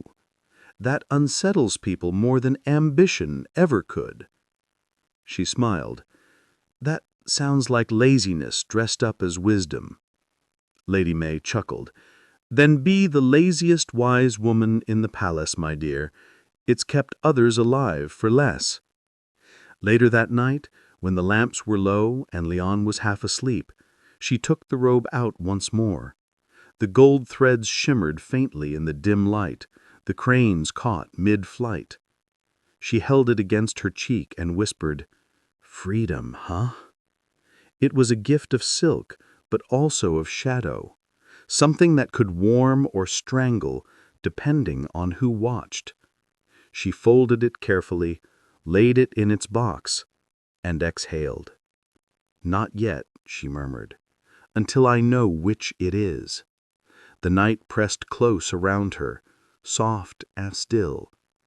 Outside, a single lantern flickered in the distance, fragile, beautiful, and uncertain, just like her place in this golden cage. The days after the silk robe were heavy with whispers. Even the courtyard seemed to hold their breath. Servants spoke softer, eyes darting like fish in shallow water. Wherever she went, conversations paused just a little too late. By the 5th morning, a summons arrived. The scroll was sealed in deep red wax, stamped with a phoenix, the queen seal. Lian froze the moment she saw it. "Mistress? The queen?" "Yes," she said quietly, breaking the seal with careful fingers. Her heart beat once, twice, then steadied. There was no question of refusal. In the Forbidden City, an invitation from the queen was not a request, it was a command wrapped in courtesy. The Queen's Hall was colder than she remembered. It wasn't the air, it was the feeling. The stillness that came when everyone present already knew their place, and you were only visiting yours. She entered slowly, keeping her gaze low. The Queen sat on a raised dais, dressed in crimson and gold. Every fold of her robe looked deliberate, heavy with meaning. Behind her, a row of attendants stood like painted shadows. When she finally spoke, her voice was gentle, too gentle. "You've become quite the topic of conversation, Lady of the White Crane." The words carried a softness that somehow made them sharper. She bowed low. "Your Majesty honors me with attention." Attention. Such a dangerous thing to attract in this place." The queen gestured for her to rise. "Come closer." Her footsteps echoed faintly on the polished floor. Each one sounded louder than she wanted it to. The queen studied her for a long moment, her gaze neither cruel nor kind. "You're new," she said. "Still learning how this golden cage sings." "Yes, Your Majesty." "You speak carefully. That's good. But tell me, are you clever enough to know when silence is safer than honesty?" She hesitated. "I try to be." The queen smiled faintly. "Try harder." From the side, a maid brought forward a tray with tea. The queen poured it herself, the steam rising like faint clouds between them. "Drink," she said. She obeyed, though her hands trembled slightly.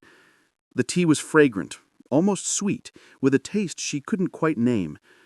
"Do you know what this is?" the queen asked. She shook her head. "It's called White Lotus, a rare tea from the south. Lovely to look at, soft to the tongue, but too much of it will stop your heart." A pause. Then the queen smiled, beautifully, terrifyingly. "Everything in this palace is like that, child. Lovely, until it kills you." Silence stretched between them.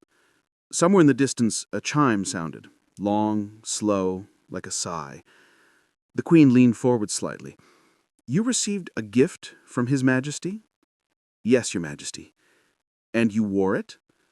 "Once, Your Majesty." The queen's lips curved, though her eyes didn't. "Just once is enough to make the others jealous. You must learn, my dear, that the Emperor's kindness is like sunlight. Too much will burn your skin." She lowered her eyes. "I meant no disrespect." "I know you didn't." The queen's voice softened.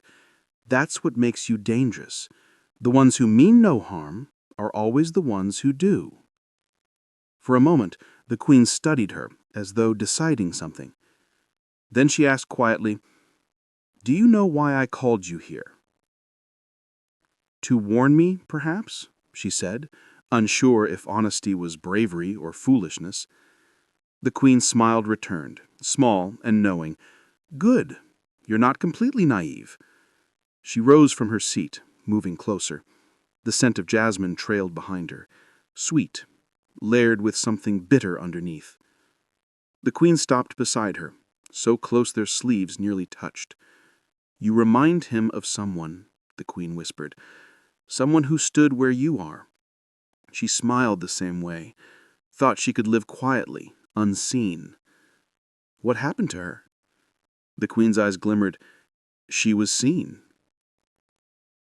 A soft shiver ran through her. She didn't ask more. Some questions in this place only led to ghosts. The queen turned back toward her throne. "You will attend the next tea gathering in the Garden of Virtue. Wear something simple. Modesty is the safest armor here." "Yes, Your Majesty." "Oh, and—" the queen paused, glancing over her shoulder. "Tell your maid to be careful what she repeats. Even walls have tongues." She bowed again, heart hammering quietly in her chest. "Thank you for your warning." The queen smiled, not unkindly. "My dear, if it were truly a warning, I'd have sent someone else to deliver it. Consider this advice from one survivor to another." When she finally stepped outside, the sunlight felt sharper, the air thinner. The world seemed too bright after the queen's dim hall. Liane was waiting just beyond the gates, eyes wide. "You're alive!" "Yes," she exhaled, to everyone's surprise, including mine. "What did she say?" "Nothing," she murmured, "and everything."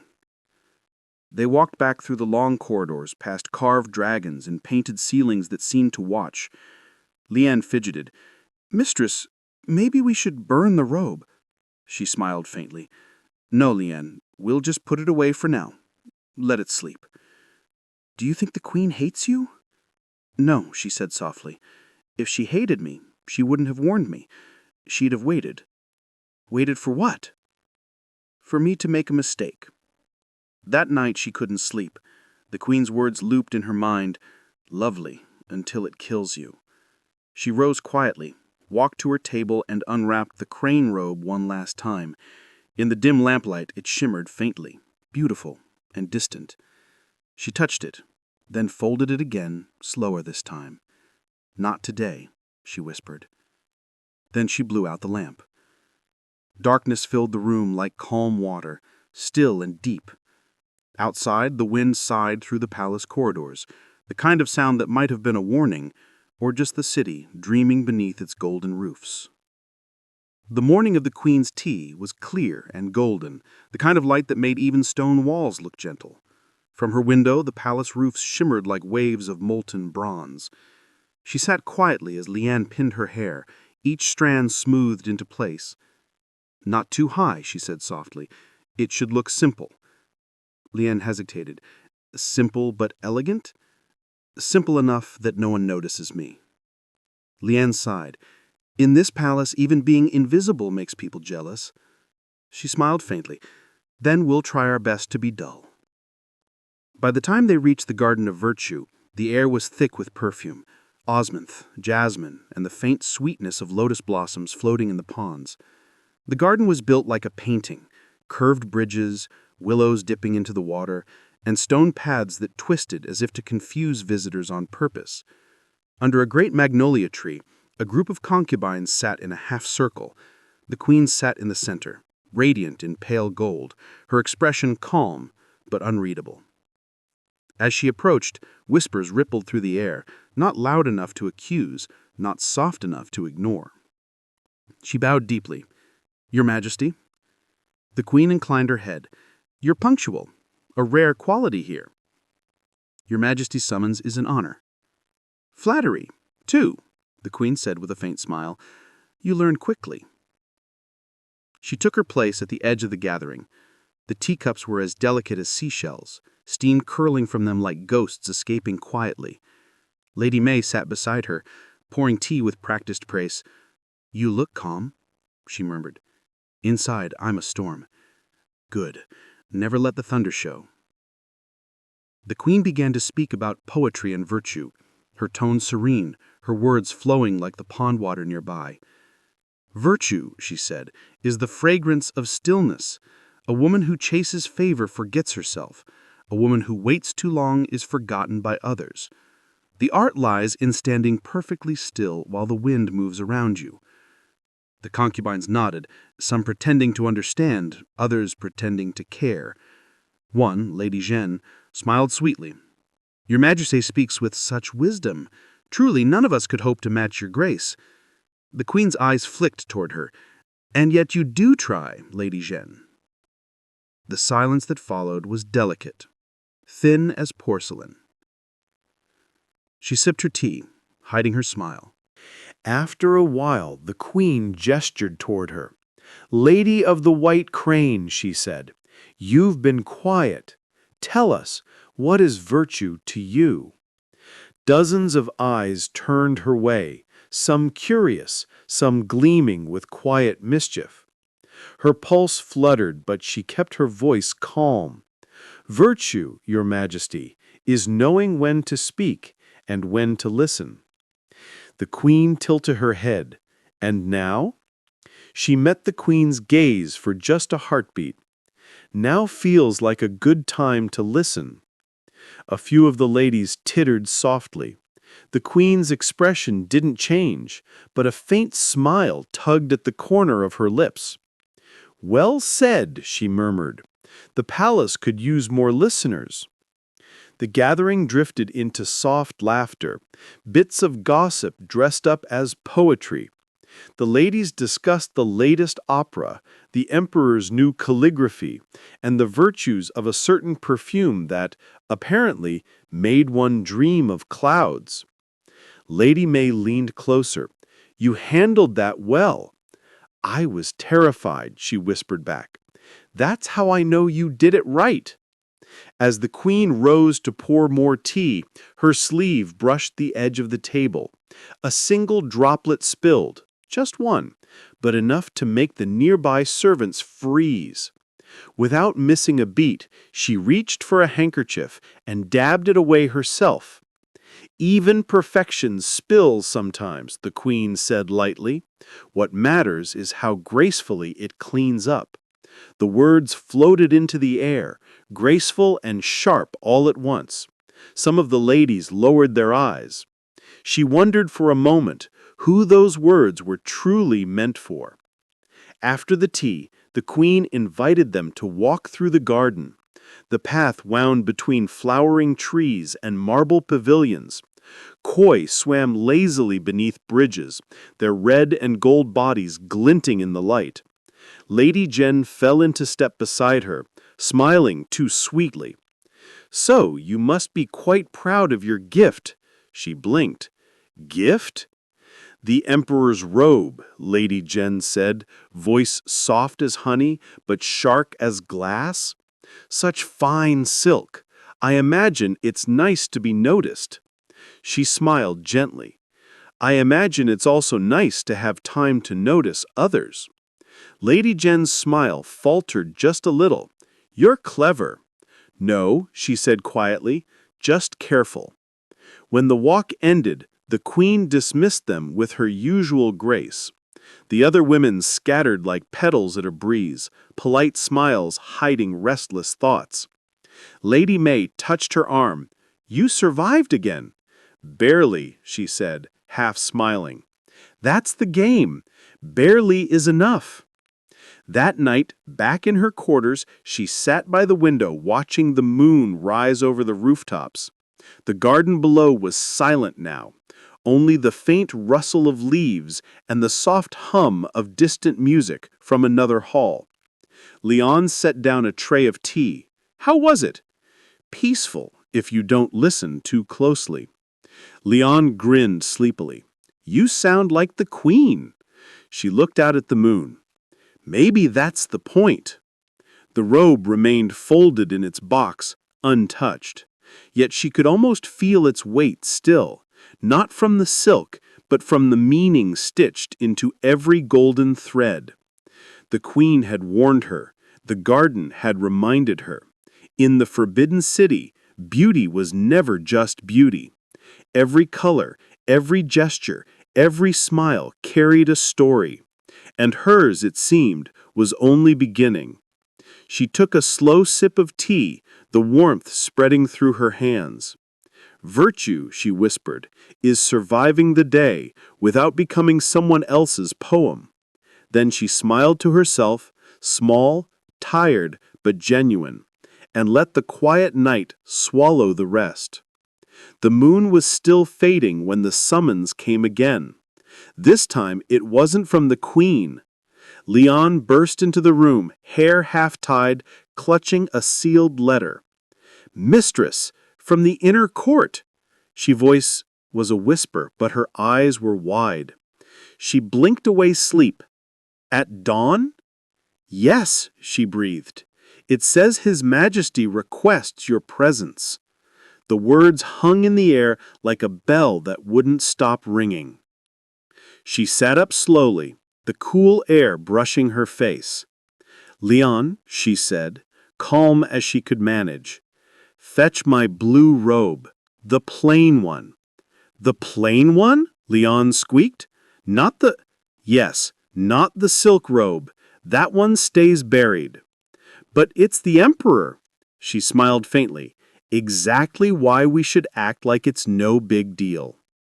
By the time the eunuchs arrived, the sun had barely touched the horizon. Mist curled around the courtyards, turning the stone paths into rivers of white. She followed silently through the maze of corridors, the sound of her slippers barely brushing the ground. Every turn looked the same: red walls, golden edges, watchful eyes carved into painted beams. The Forbidden City always felt alive at dawn, like it was whispering to itself before the day woke up. They reached the Hall of Radiant Calm, one of the Emperor's smaller retreats. It was quiet, too quiet. She knelt as she entered. At first, she didn't see him, only the faint scent of sandalwood and the slow rustle of pages. Then, behind a screen, a voice spoke, smooth, steady, and oddly gentle. "You rise early, Lady of the White Crane." She bowed deeply. "Your Majesty honors me by summoning me." "Do you fear me?" he asked almost lazily. I hesitated. A wise person should. He laughed softly, not mocking but amused. "And are you wise?" "I try," she said, "though not always successfully." The Emperor stepped from behind the screen. He was younger than she had imagined, or perhaps just more human. His robe was simple, though the gold thread at the edge shimmered in the morning light. He looked at her not like a ruler surveying his subject, but like someone studying a painting he couldn't quite understand. He said, "I heard about the Queen's gathering. You spoke well." "I only spoke when asked, Your Majesty." "That's often when the most dangerous words are said." He gestured toward a table where tea waited, untouched.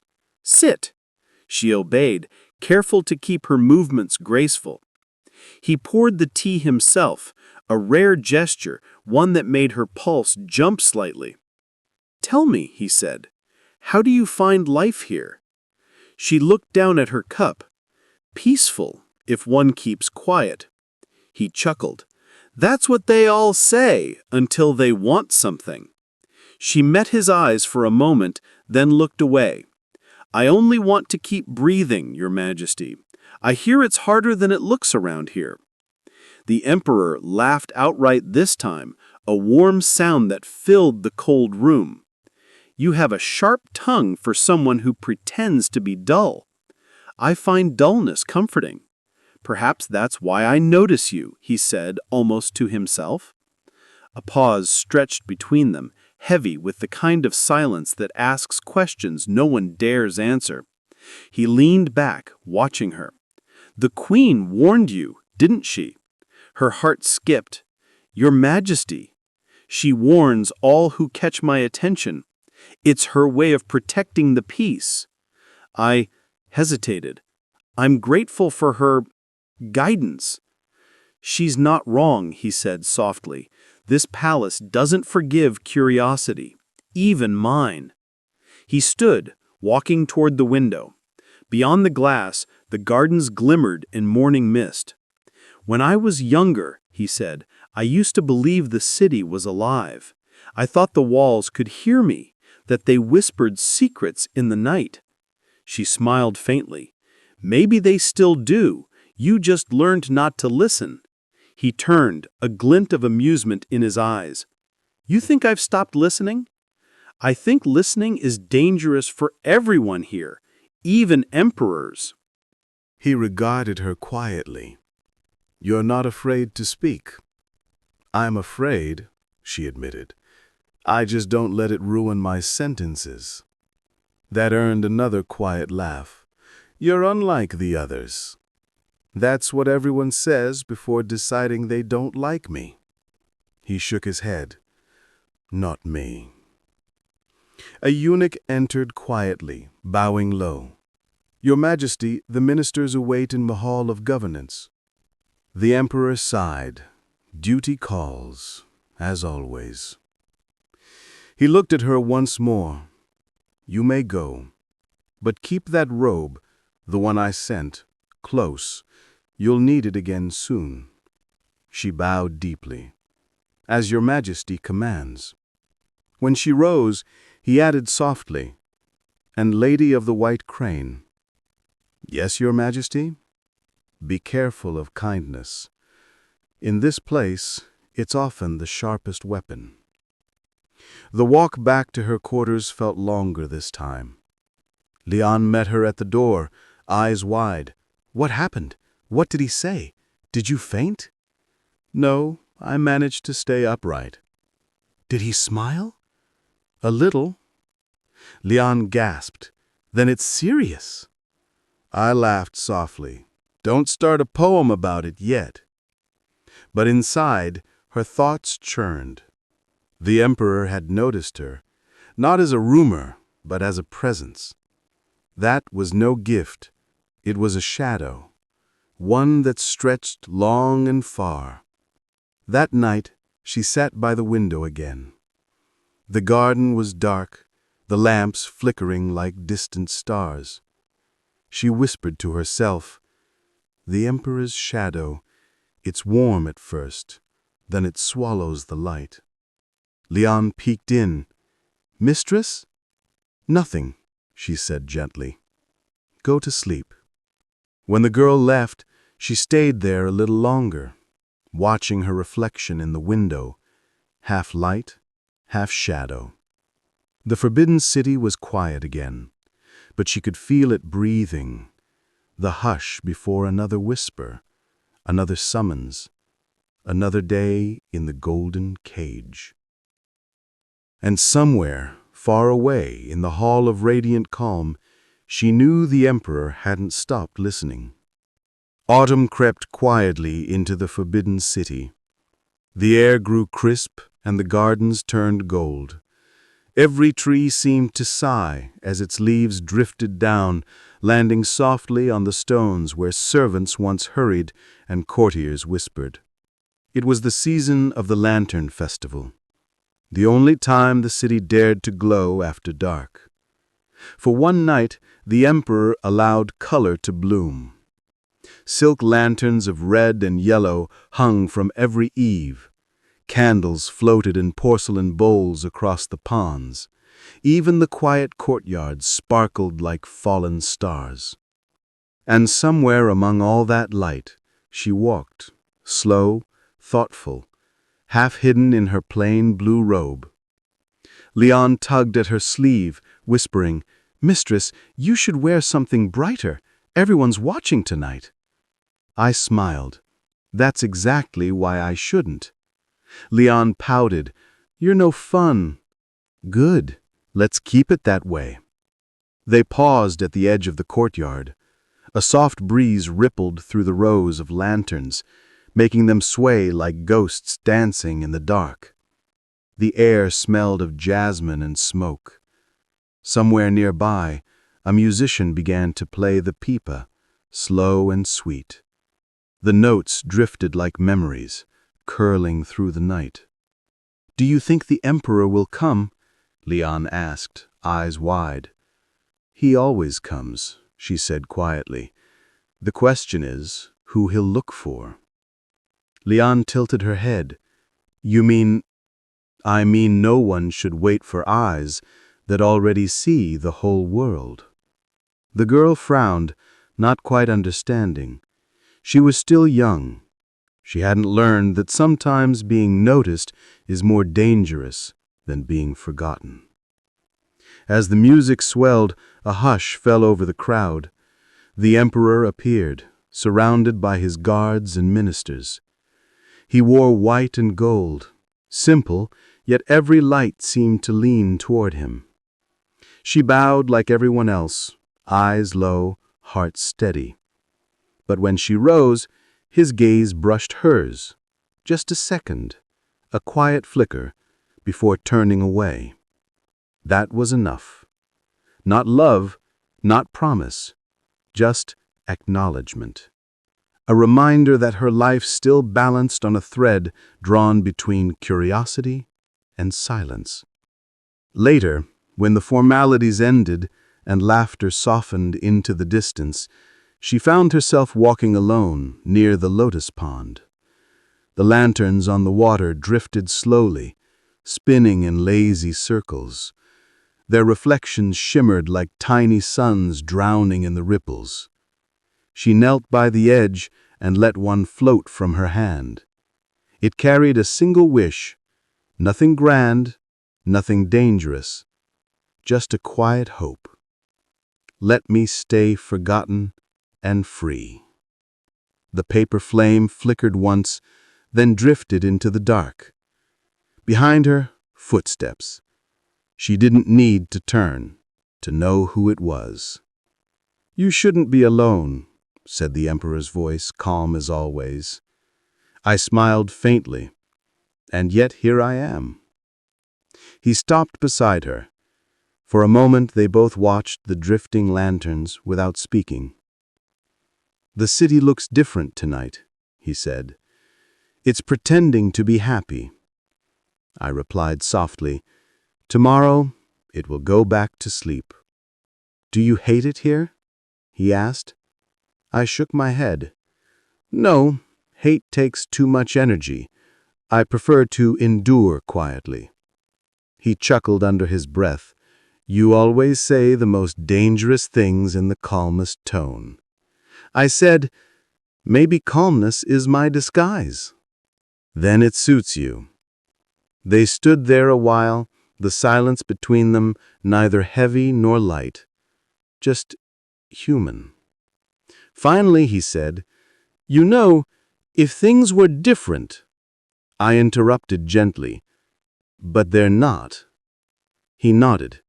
"No, they never are." The lanterns glowed on the water, soft and distant. "Still," he said, "if you ever need protection, I already have it. It's called invisibility." He smiled, not offended, maybe even impressed. "You might outlive us all." "That's the plan, Your Majesty." He turned to leave, but paused. "The Queen speaks well of you now." "That's kind. But kindness here is a language I don't speak." He studied her face, the way the light painted it in gold and shadow. "You were never meant to be ordinary," he said. "Maybe not, but I'll pretend as long as I must." When he was gone, she stayed by the pond until the last lantern faded. The night grew quiet again, only the soft sound of the water and the wind sighing through the trees. Lian appeared, sleepy and barefoot, clutching a half-eaten mooncake. "You missed the fireworks," she said. "I saw better ones." "Where?" "In people's eyes. They always sparkle right before they burn out." Lian frowned, confused again, but her mistress just smiled and patted her head. "Go to bed, little bird." Later, alone in her chamber, she sat at her window like she had that first night, watching the sky, listening to the stillness. The forbidden city glowed faintly in the distance, a kingdom of dreams inside walls of silence. She whispered to herself, "So many lives have passed through these halls, so many names erased.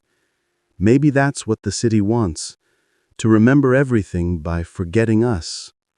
Her candle flickered, then steadied. Outside, one last lantern floated past her window, its flame trembling like a heartbeat. She watched it drift upward, higher and higher, until it vanished into the dark sky. She smiled. "Good night," she whispered, though she didn't know who she was saying it to. The emperor, the city, or herself. And somewhere beyond the walls, beyond the gold and the silence, the forbidden city sighed back, as if it too was finally ready to sleep.